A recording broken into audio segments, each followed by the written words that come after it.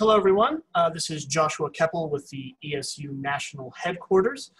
I just wanted to take a few moments before William McEwen introduces Marie Kervin on some of the technical considerations for today's happy hour. The chat, if you were here for our first happy hour 2 weeks ago, has been changed so that chat messages will only be delivered to me and to the panelists. So please input any questions that you have for Marie during the course of her presentation in the Q&A section. There is a button, a module at the bottom of your screen that you can click on that will allow you to submit questions live during the presentation, which Marie will answer at the end of her presentation.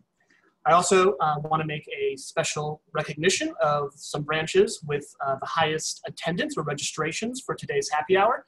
Those are the Central Florida branch, the Atlanta branch, and the Sand Hills Pinehurst branch of North Carolina. And with that, I'm going to pass things over to William McEwen so he can introduce Marie. William? Thank you, Josh. Hi, everyone. My name is William McEwen, and I'm a new member of the Jacksonville branch, and I'm here today to introduce your next ESU Happy Hour presenter. The ESU Happy Hour has already allowed members and guests to connect with one another in ESU branches in 66 countries worldwide. We really are one big family with a common goal: to build a better world through English language and international exchange. The last happy hour was so informative and great fun. The ESU is enjoying bringing the lecture program into your home using the free happy hour program, where we can connect you live every few weeks in this Zoom format. We'll notify all ESU branches of upcoming happy hour programs by email, and each program will be recorded, so if you weren't able to join during the live program, you can still watch it at a future date. And if watching it once wasn't enough, you can always watch it again. Marie has provided us with a Brontë-themed collection of cocktails and mocktails in order to get us in the mood for the upcoming presentation. We hope that you have had time to either make up the heiress, the eternal rocks beneath, or the tenant's choice. Now to begin, please raise your glasses and toast the Brontë Sisters' new favorite beverage to the happy hour presenter, Marie Kervin. I feel I should disclose the fact that Marie is in fact my mum, and I'm very proud to introduce her to you all today. Marie is the Shakespeare coordinator at the Jacksonville branch of the ESU, and I know how very proud of the work she is that Jacksonville ESU does in reaching out to the young people in our city. Thankfully, we were able to host a really successful Shakespeare competition at the Bowl School, which was very well attended by schools around the city, and we were exceptionally proud of Andrea, who went on to the finals. Marie recognizes the debt of gratitude she owes to Jacksonville ESU's president, Louise Gentry, and her husband, Pete Gentry. Louise creates an exciting and varied program of events and works tirelessly with other committee members, Mary Alice, Pat, Marie, Catherine, and Anne, to keep the branch lively, vibrant, and committed to the cause of promoting the arts, language, and making our world a better place. We are always looking to increase our membership, so anyone who's watching the program today can always reciprocate by joining the organization. When Marie isn't immersed in a novel, she can be found on the Bowles campus in Jacksonville, following her other passion, teaching seniors to love literature. Marie was born and brought up in the north of England, where her love of the moors and all things wild find an echo with Emily Brontë. During her time at Broughton Hall Secondary School in Liverpool, she used to take trips up to Haworth and Top Withens, where the Brontes lived, and she would arrange for a harpist to accompany her and her students at the top. At the top, they would compose their own poetry and creative reflections on the power of the moors and the environment and the unchanging wild landscape around them. The Brontë Society in Haworth has worked hard to keep the legacy of the Brontes and their living and working environment accessible and exciting to all. If anyone ever gets the chance to travel to the UK, they should certainly include into their itinerary a little visit to this trip on the edge of the moors. Marie has gained so much from being a part of the ESU, and she's grateful to the members in Jacksonville and across the states for welcoming her into their hearts. As we are recent immigrants to the US, we are both grateful to the ESU for their support of all cultural exchanges and their promotion of literature, Shakespeare, the spoken word, and their desire to welcome strangers. If anyone would like to send Marie their poetic musings on the Brontes, their reactions to the novels, the moors, or the themes, please do feel free. Marie would love to read them and maybe collate them into an ESU poetic leaflet. Now I'm going to pass you over to my mother, Marie Kervin, for her speech. Thank you very much.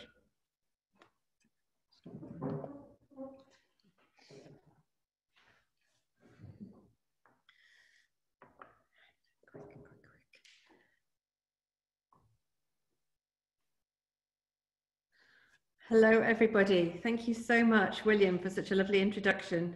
And I have to give a special shout out to my family and friends in England, Scotland, and Ireland. I'm going to start my screen share now so everybody can see the presentation that I've got. But I welcome everybody across the United States to join with me with this presentation. So,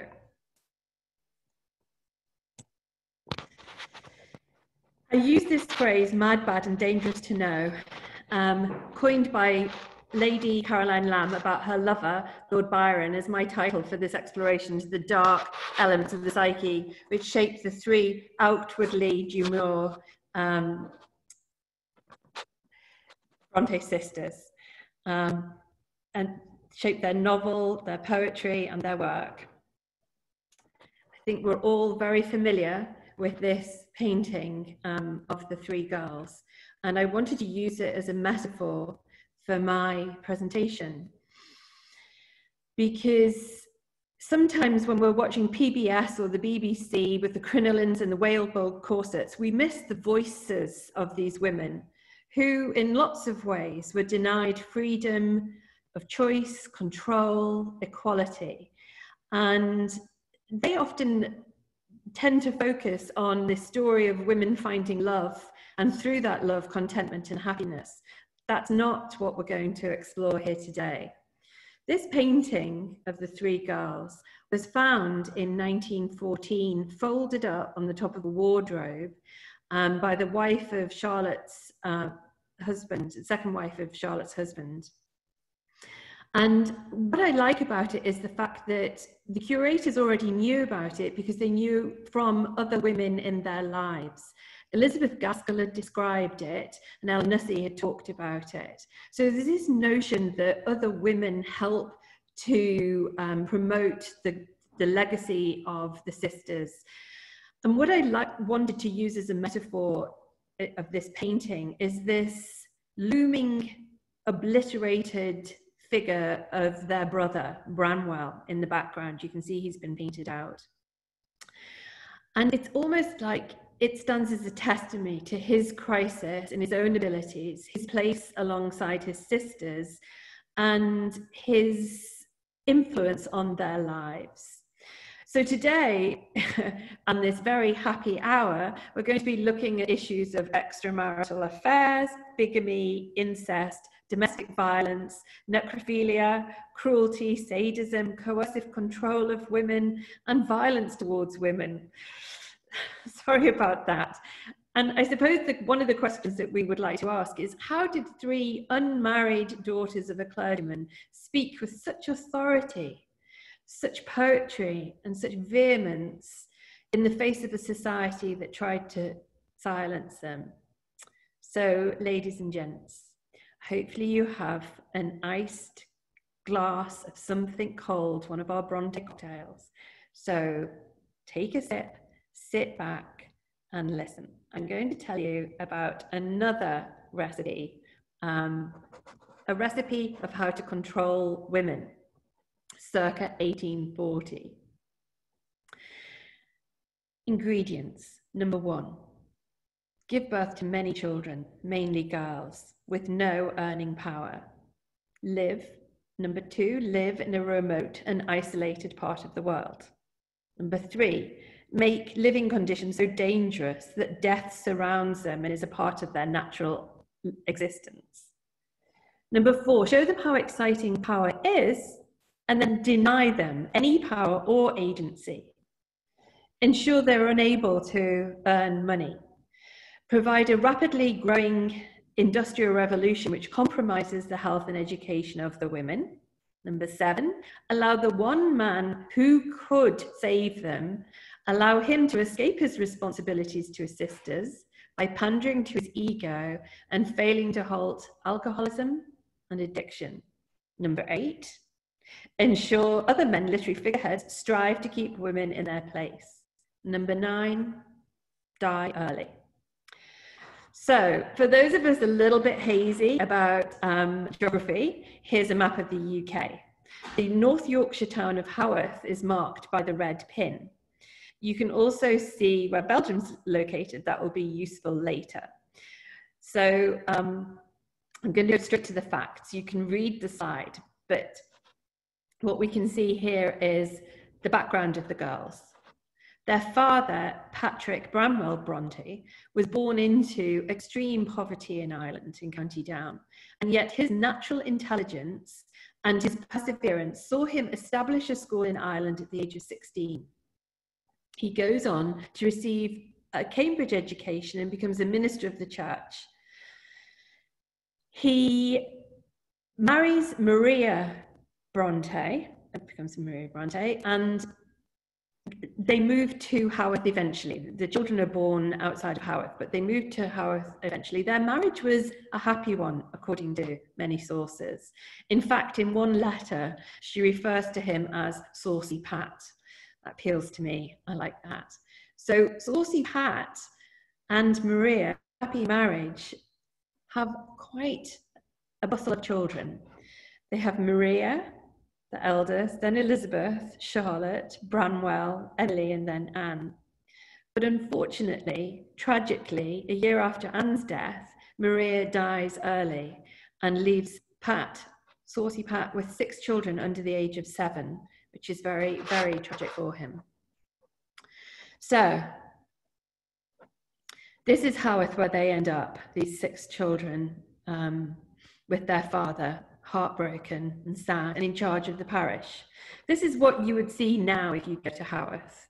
And of course, in the summer, it's bustling full of tourists who love to come and explore the world of the Brontës.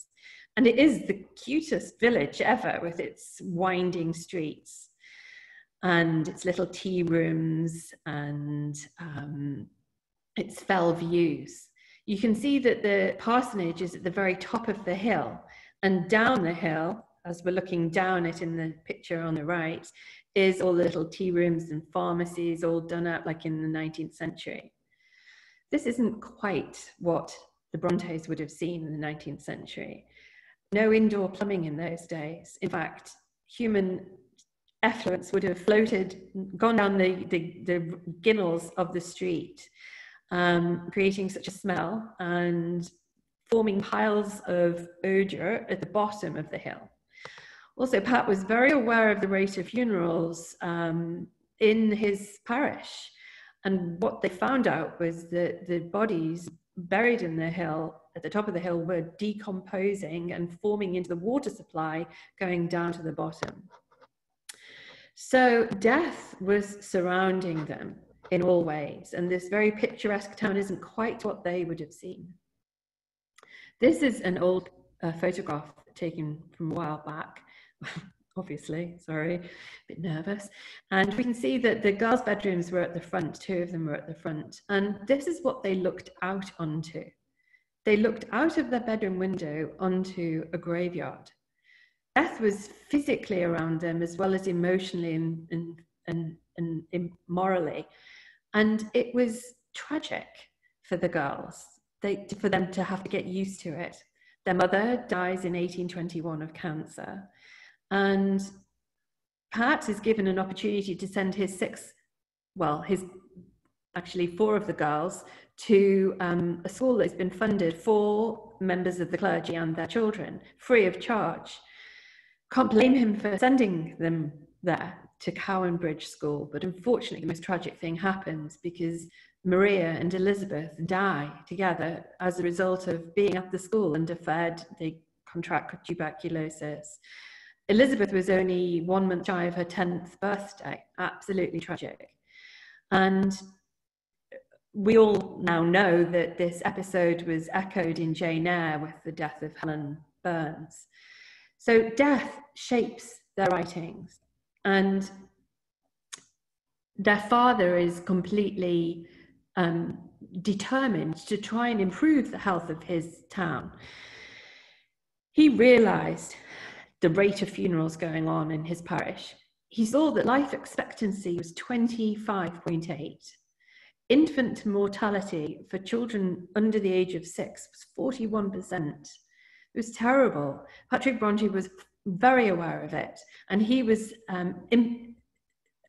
implemental in this Public Health Act, that he helped the Board of Health come together with this inquiry into the sewage, drainage and supply of water and the sanitary conditions for the people of Haworth, because the death rate was so high. Pat wasn't just a man of the church. He was constantly trying to improve the world around him, but also aware of the dangers that were there too. I just wanted to tell you what an incredible man he was, really, but also to give you an insight into what life was like inside the parsonage.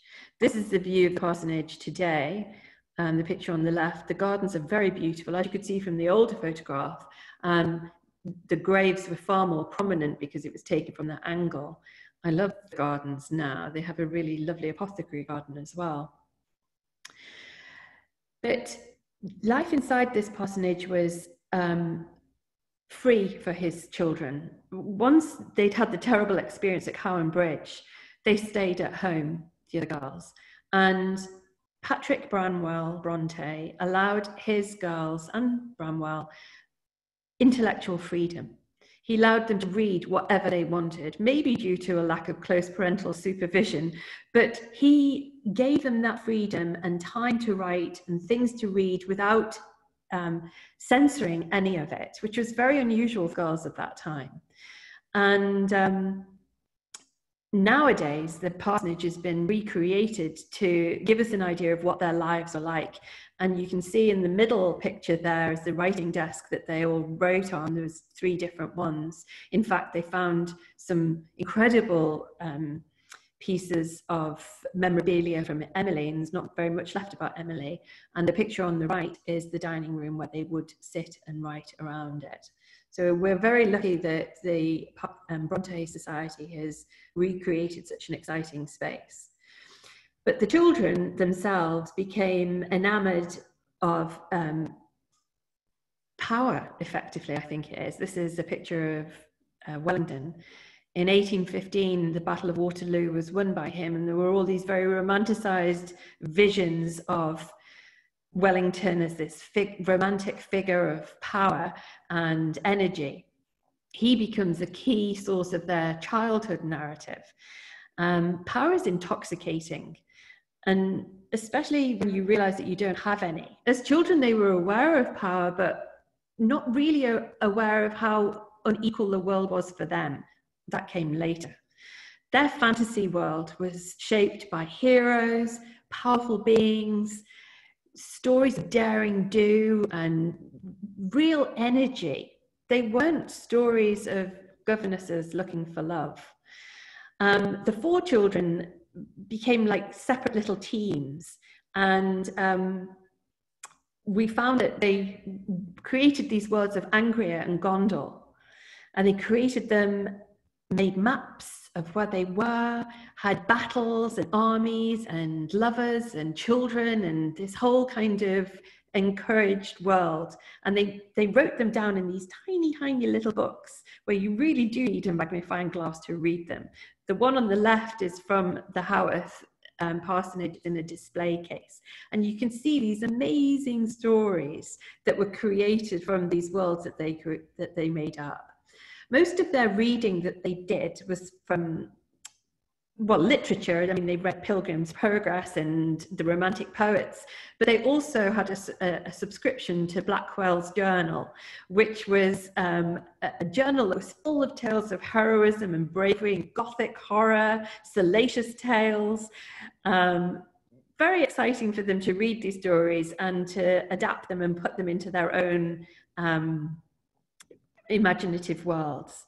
So there was this extraordinary collaboration that went on between the children. Charlotte and Branwell constructed this huge narrative around Wellington and the other dukes, their sons and their wives, and they were called Angria and Gondal. These epic battles, and these stories went on until in their mid-20s. In fact, there's tales of them journeying to York in a coach where Anne and Emily are still playing the Angria and Gondal games. So I think it's very exciting that this was the way that their childhood was shaped. No limitations.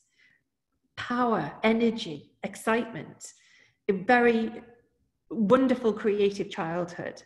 And Emily wrote this poem, which I think is very beautiful. It's quite a long one, but I thought I'd read it to you because it's this notion of how things change, how they realize what has gone from childhood to adulthood.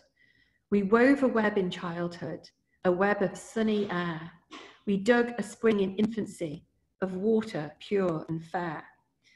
The poem goes on, and I've truncated it, I've edited it and taken some bits out. And this last bit is how this voice of childhood changes to the voice of adulthood. Are they blighted, failed, and faded? Are they moulded back to clay? For life is darkly shaded, and its joys fleet fast away. Which I think is quite sad, really. This notion that they recognize how the energy and power of their childhood isn't echoed as women.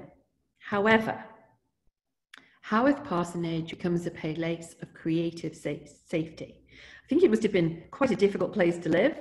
Well, maybe for us looking back, cold, drafty corridors, fires only in certain rooms.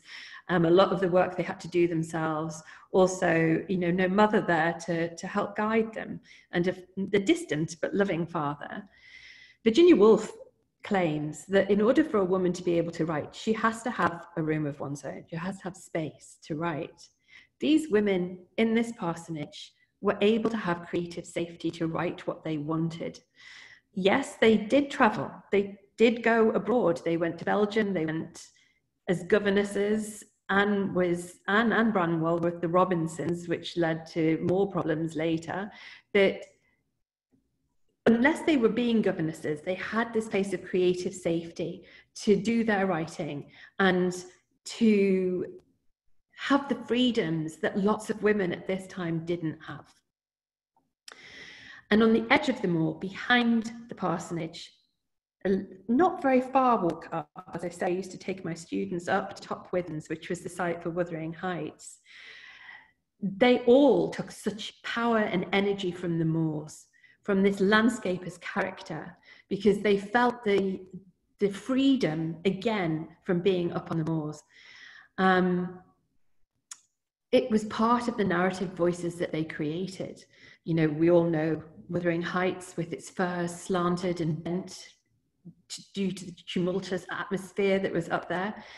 In Tenant of Wildfell Hall, Helen Graham, later Huntington, escapes to the moors, Wildfell Moor. And Jane Eyre, when she's at that enormous point in the narrative, when she's left Rochester, she won't become his mistress, and she stands on this white cross, couldn't be more metaphorical, and finds these two classical figures of womanhood, Diana and Mary. It's the moors that are that kind of no man's land between the world of Rochester and this other world of hers. So it's all very exciting, this notion of landscape as character. And only Haworth can provide that for them. I remember this exhibition that Turner did. Turner with the lovely kind of Haywain and the pictures of Suffolk. And he said that when he went north into this landscape, he didn't feel the energy because he felt the Suffolk countryside. And I think that, for these girls, this landscape went into their souls. Now, the other thing that influenced their writing was the men in their lives. You maybe think I'm being a little bit harsh on poor old Branwell, but, this is a self-portrait of Branwell Brontë. He was their younger brother. He had power and voice and agency as a man, which is what the girls didn't have. He did go as a tutor to the Robinsons. He had an affair with the mistress of the house. He had to leave under a shadow, and so did Anne. It was mortifying for them all. He was encouraged to believe that he was going to be a great painter and to study and exhibit at the National Gallery. And basically they all knew that when their father died, if the girls were still unmarried, he was their only chance for economic survival. And therefore his failure as a tutor, his affair with the married women, his alcoholism and his opium addiction which caused hallucinations and violence in the home, was a problem for his sisters, not only in terms of how he behaved in the home towards the townsfolk, the debts that he accrued, and the violence and degradation that he was witness to, and there's some evidence that he was violent towards their father, but also, which I think is worse than, well, no, but is this anxiety over their future. So moving on to other men in their lives, this is a letter from Robert Southey, who a famous romantic poet, and Charlotte adored him, idolized both of the romantic poets, Southey and Wordsworth, and wrote to them for advice. She would have been mortified if she'd known the conversation that went on between Southey and Wordsworth about her, how they were horrified by the temerity of her to ask for their advice. But if we're honest, and this letter is from the British Museum, is his reply to her, she found it devastating. He does give some quite good advice, but the passage there at the top that is, you won't be able to read it, but I just thought I'd show you an example of his beautiful handwriting, and I'll read it aloud to you. He says to her, "Literature cannot be the business of a woman's life, and it ought not to be. The more she is engaged in her proper duties, the less leisure she will have for it, even as an accomplishment and recreation." Can you imagine how cutting that would be to Charlotte, to be told that, you know, marriage, looking after your husband and your children is what you should be thinking about, not writing. Leave that to the men. So I think that she found that very, very hard. And then it's no surprise that the three girls published their works under the gender neutral, I suppose we'd say, or male pseudonyms of Ellis, Acton, and Currer Bell. And it was only when there was an issue about the publication of one of Anne's later books that they actually revealed their identity to their publisher. And in fact, Emily would never have wanted to have revealed her identity.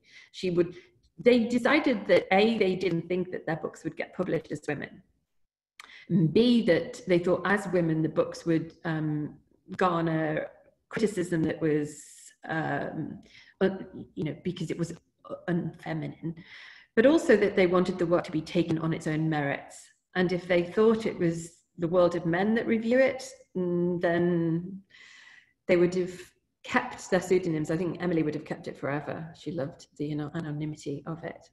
So basically these women writers in a male world, if we're honest, and I had to put in this extract from a letter that she wrote, which was her response. "In the evenings, I confess I do think, but I never trouble anyone else with my thoughts. I carefully avoid any appearance of preoccupation and eccentricity which might lead those I live amongst to suspect the nature of my pursuits." I love it, guys. So it's now time for you to take a long draught of your cocktail. I've talked quite a bit. I'm hoping that you've enjoyed it so far, and that we can see how the ingredients in the recipe could serve to control women that we mentioned earlier. And now we can see how those children who were given glimpses of power, agency, control, and unlimited possibilities as they grow to adulthood, we can see the glimpse of power, agency, sexy generals, strong characters fighting against forces that conspire to destroy them. So what I thought I'd do now is look at the three sisters and look at how this sadism, the cruelty, the extramarital affairs, the bigamy, the incest, the domestic violence, the necrophilia comes out in the writing. So Currer, Ellis, and Acton Bell disguised their gender when they offered their books for publication. They published them themselves to begin with, and they were devastated not to have the success that they thought they would. And it was only when Charlotte Bronte's Jane Eyre became so popular that, that they gained the fame and acclaim that they deserved. So these androgynous names were enough to create a mystery around their authorship. So starting with Currer Bell, Charlotte, beautiful Charlotte. She was the oldest after her big sisters Elizabeth and Maria had died. She was also sent to Cambridge School, and we recognise the saintly, if sickly, in both senses of the word, sorry if you love Helen Burns, in the narrative. We see the sadistic Brocklehurst in the headmaster of the school, and the cruel humiliation that the girls suffered. That Gothic element of her childhood at the beginning, the red room, the way she's treated, the way her little fierce determinations to stand up to these cruel people in her life, form part of this Bildungsroman. And we see the foundations of expectation that society put on middle-class women and the route to be the strong female voice that is Jane Eyre. And this is the first novel that she writes with a female voice, because the professor is done through the male voice. And I particularly love this elemental aspect that she gives the characters and the names, with this elevated classical allusion to this love story. It becomes greater than a poor little woman marries a rich man. You know, the earth, fire, air, and water is all represented in this book. And I think it shows how her education has gone beyond what other women were educated for. Air, you have Jane Eyre.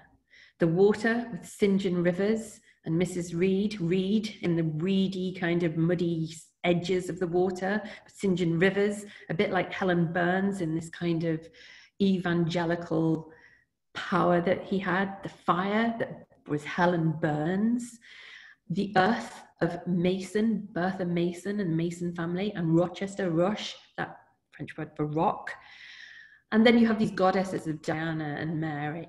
So you have this very kind of, this story goes beyond the literal and becomes something much more metaphorical and so beautiful. I think it's such a powerful book. And the episodes, I find the episodes around Jane's childhood are the most compelling, even though the narrative voice is a little bit kind of unrealistic, if I'm honest. The women in this book, for me, are the most compelling.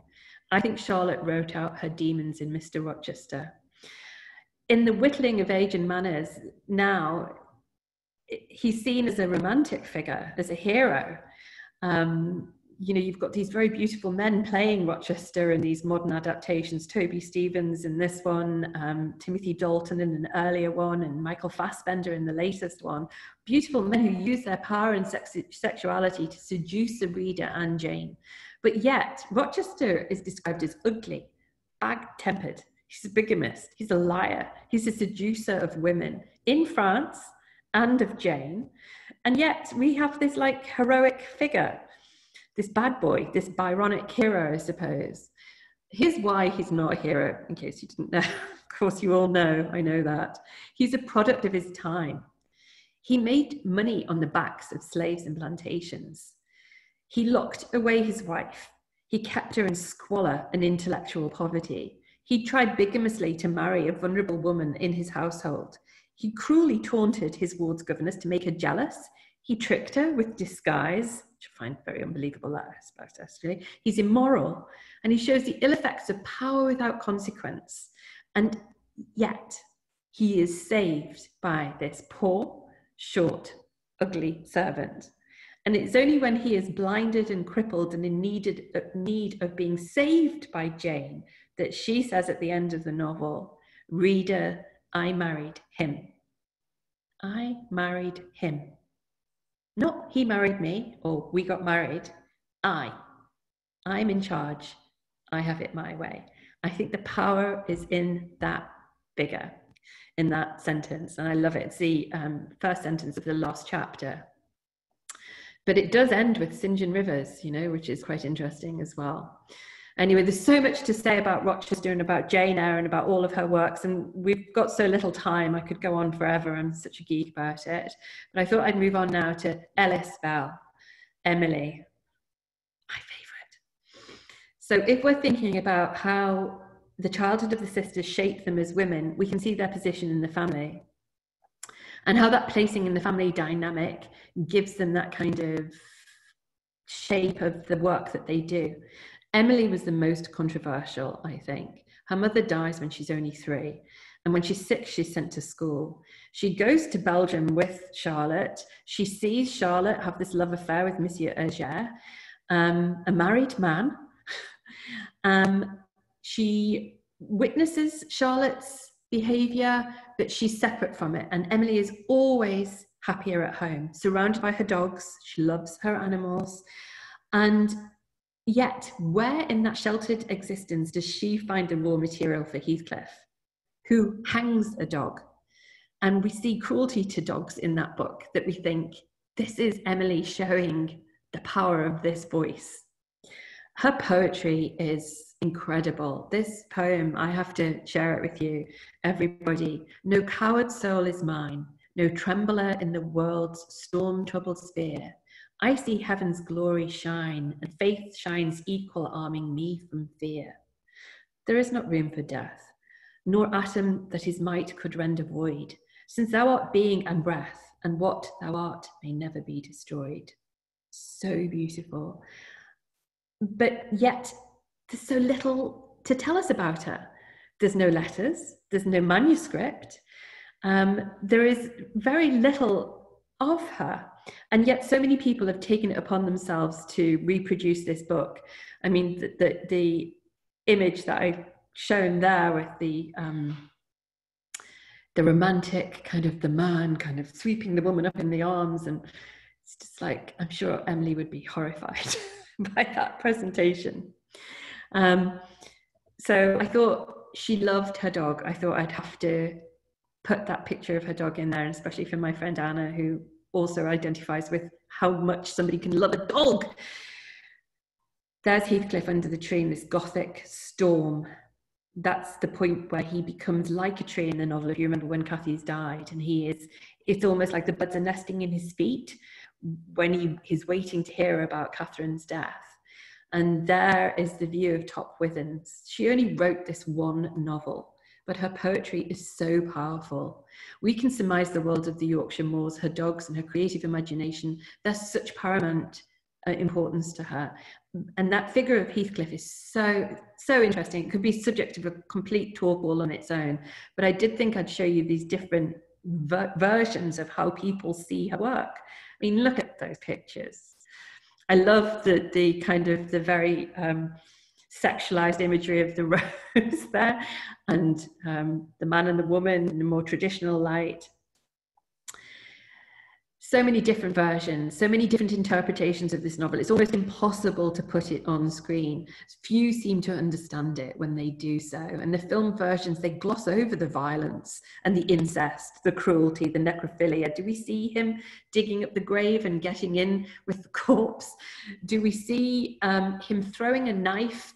Heathcliff throws a knife at his pregnant wife's head, and it grazes her ear. She pulls it out and she goes across the moors back down to Nellie to tell her what's happened, and we gloss over it.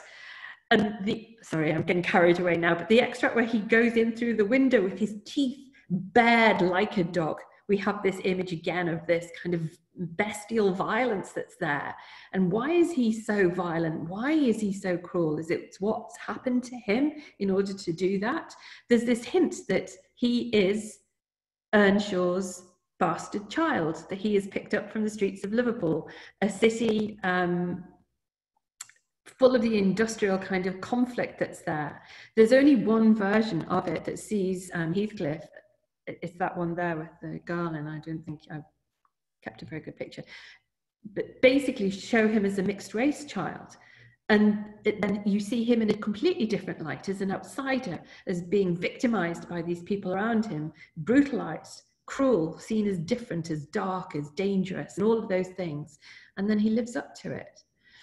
So the debate around the genre of this novel is more honest, because publishers like to see it as a love story, but it's not. There's this boundary between life and death in this novel, love and hate, truth and lies, you know, all of those things. Who was Heathcliff? That's a central part of this novel. And when we have this anti-hero, this villain in her male character, as a product of his time, it's all of the people in this novel stay as children. It's only when the women give birth to children that they die. It's like that step from giving birth, going into adulthood, finishes them. Frances dies from giving birth to Hareton. Kathy dies, giving birth to Kathy. There are no adults in this book. They're horrible, kind of cruel children. And you have these notions of child abandonment, the vulnerability of children, paternity, incest, isolation, all of those things.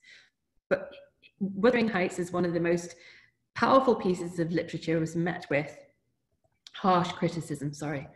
Oh, sorry. Come back. Where is it? There. Sorry. Giving you all a spin around with the slides.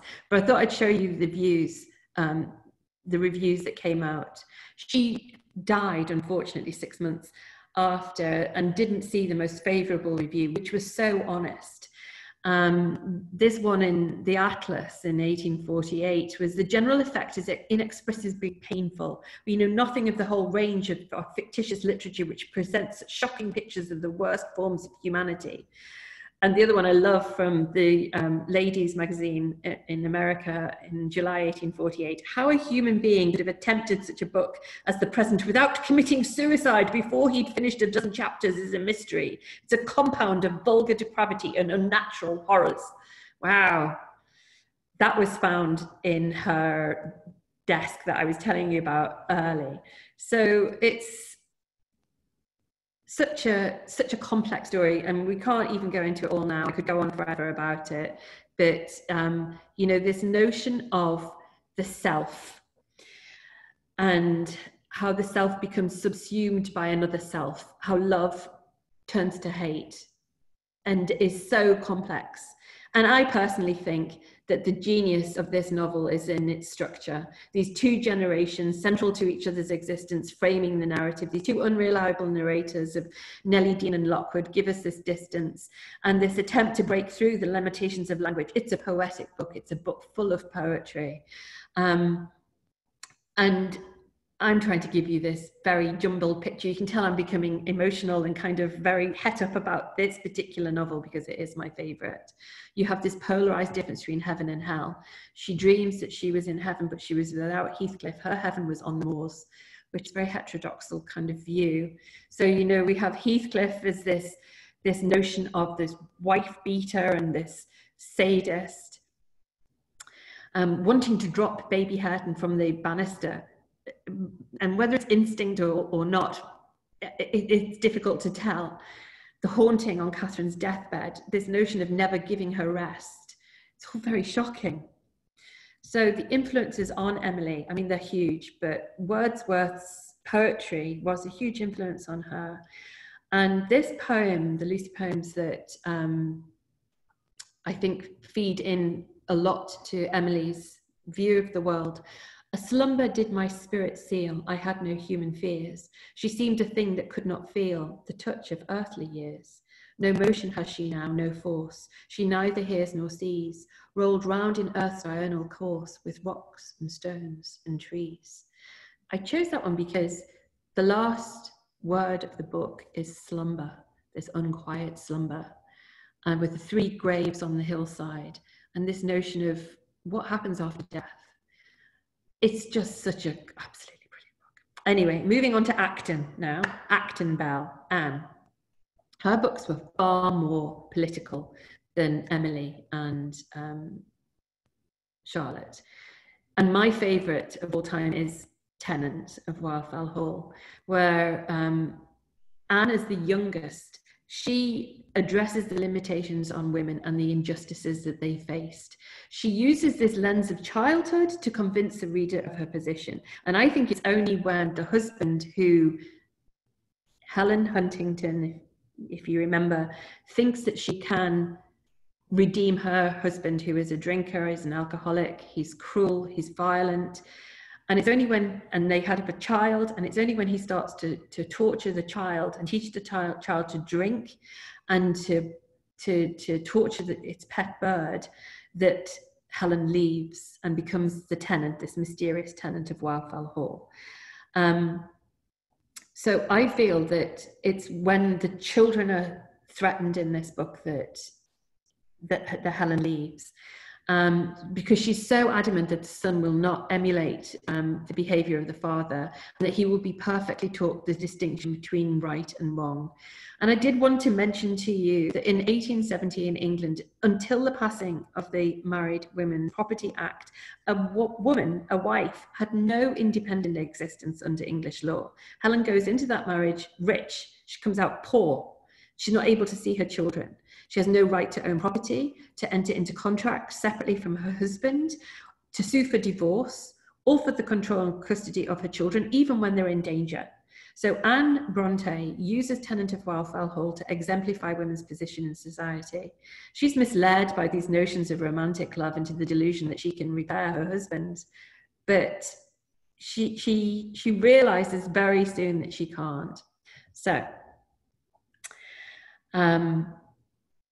this notion of childhood is very interesting. Emily shows no boundaries, this pre-adult identification, and Anne uses this, the notion of violence and degradation towards children. And Charlotte, obviously, her first part, looking at the experience of little Jane, is so powerful. All three novels use central male characters as immoral, cruel, and needing to be saved by the women in their novels. I think it's what makes them so compelling. It's the women, I find, the given voice and agency and power. They become these powerful identities that is almost like that, going back to that painting at the beginning, obliterated out their power and agency. And it's so tragic that they died so young. Emily died, I think it was 6 months after the publication. She died at the funeral. Oh, sorry, I'm getting mixed up now. They died so young, and you can see the path that their father must have taken every day, walking to his church, the stones of their final resting place. And no parent should bury their child or their children. Poor old Pat saw all of them go. How tragic. And this notion that these three women became to walk invisible, which I think is a very beautiful notion. By using this Curabell, Jane Eyre has got into Yorkshire, and a copy has even penetrated into this neighbourhood. I saw an elderly clergyman reading it the other day. He didn't recognise Curabell. What author would be without the advantage of being able to walk invisible? One is therefore enabled to keep such a quiet mind. That was Charlotte's view. So that's the end of my talk. I'm sorry it was a little garbled towards the end. I have really enjoyed doing it, and I look forward to maybe trying to answer some of your questions.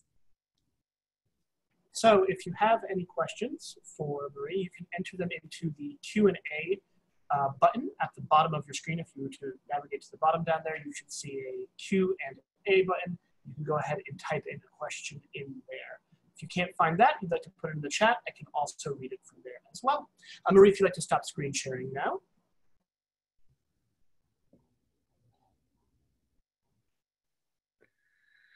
Oh, I can see some. Our first question from Catherine Newsom-Hare. Was Branwell a model for any of the characters in the books?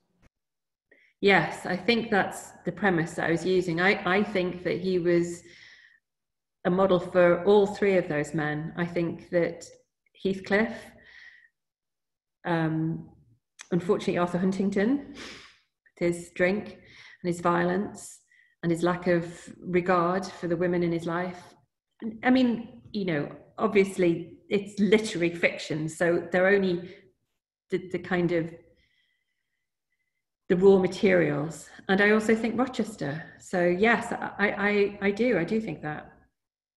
Thank you for that question. All right, Emily Robinson asks, Which movie version of Wuthering Heights do you think is best? Oh, Emily, which do you think is best? I don't think any of them are any good. Is that awful?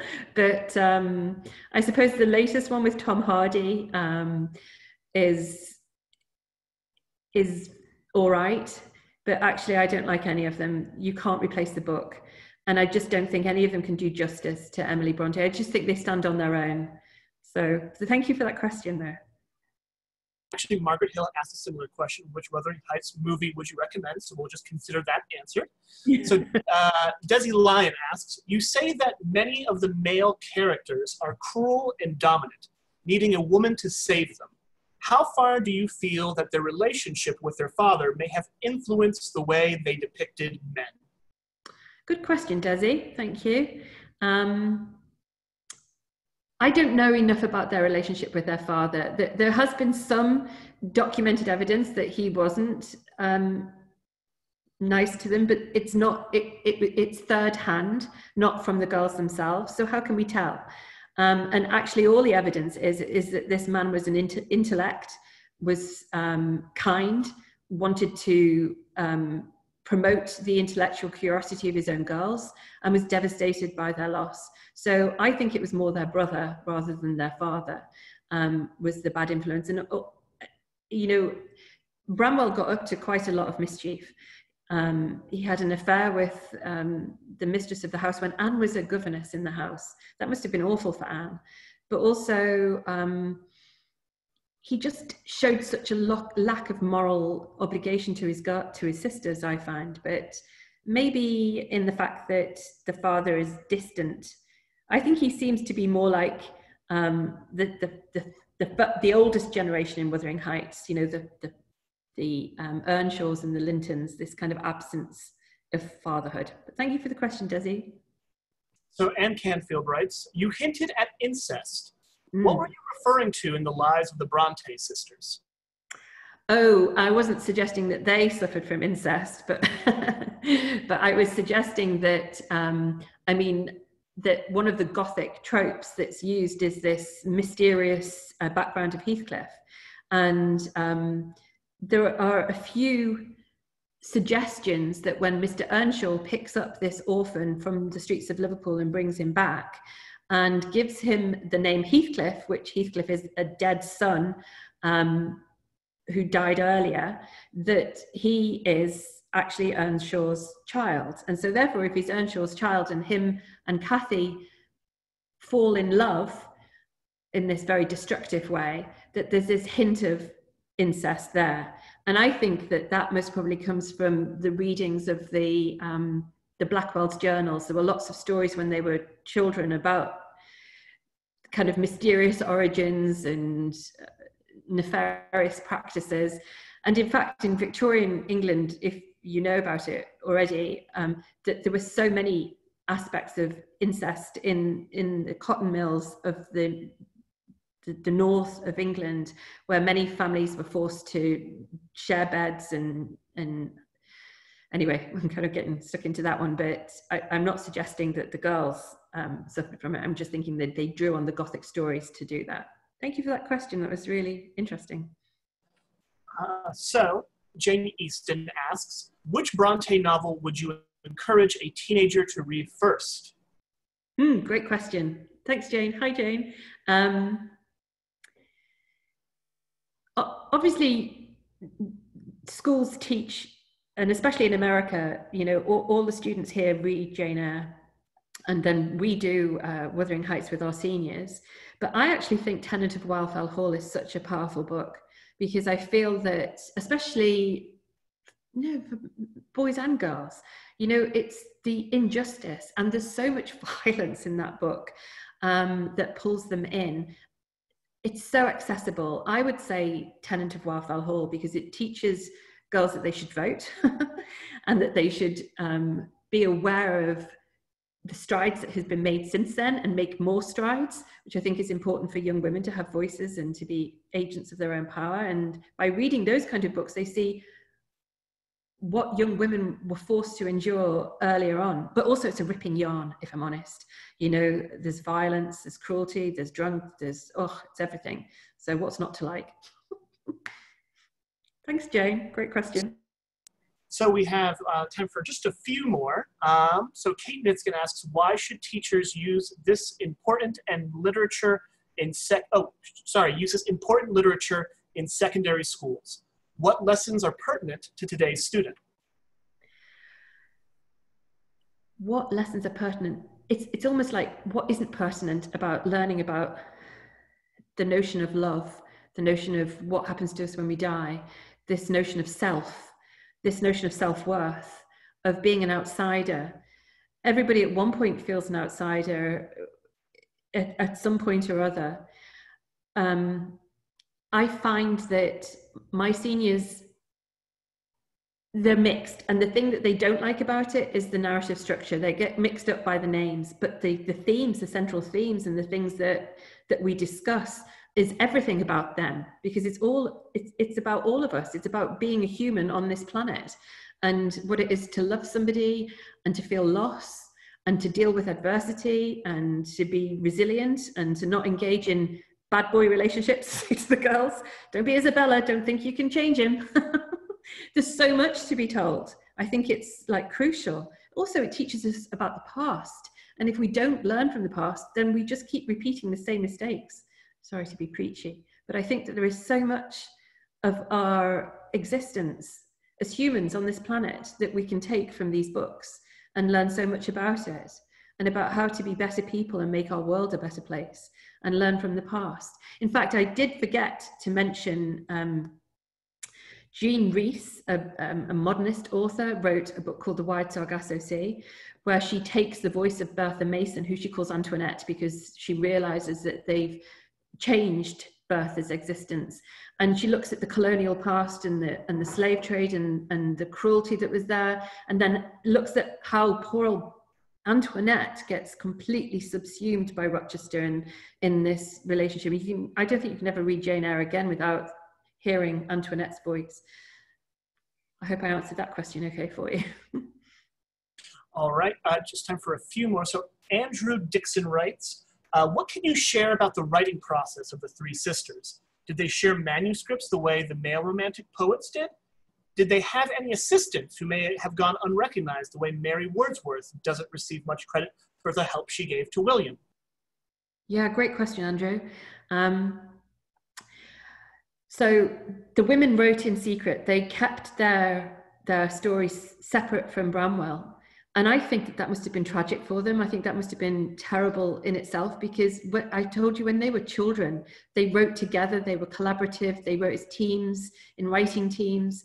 And then suddenly to exclude Branwell from that process meant that they had to be secretive themselves. And they wrote in longhand.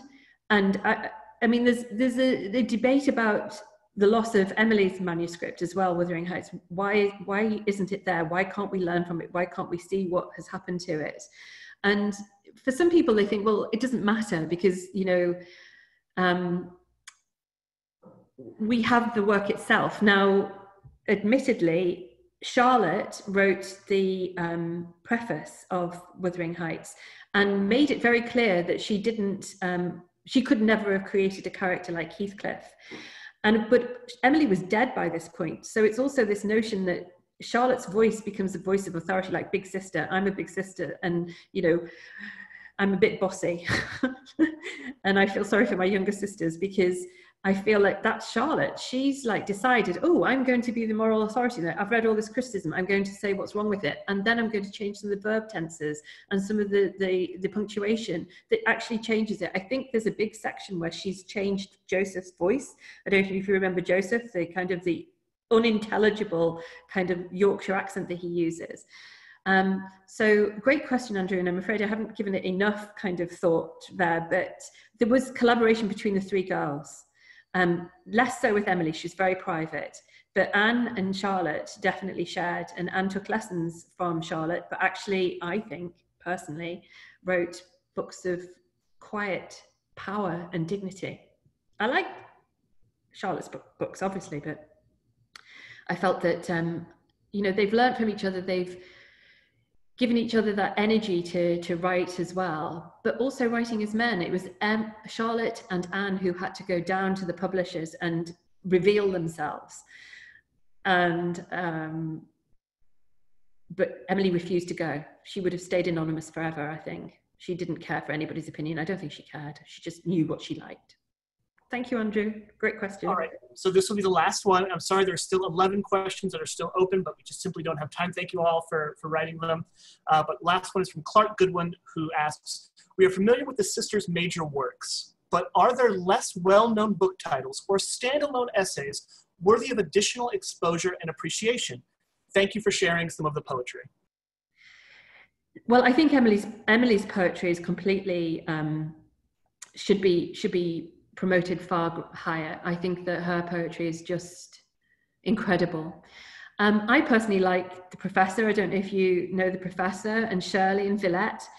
I loved all of those books, but they garnered much greater criticism. And of course, Jane Eyre goes to the top of the pile because people like the Gothic part of it. Charlotte wrote Emily's preface, and I think that forms its own essay and contextual piece of literature of its time as well, which I think that we should pay more attention to.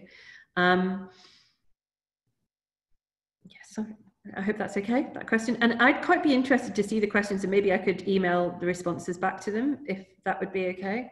Yeah, absolutely. I'll send those to you. Thank you.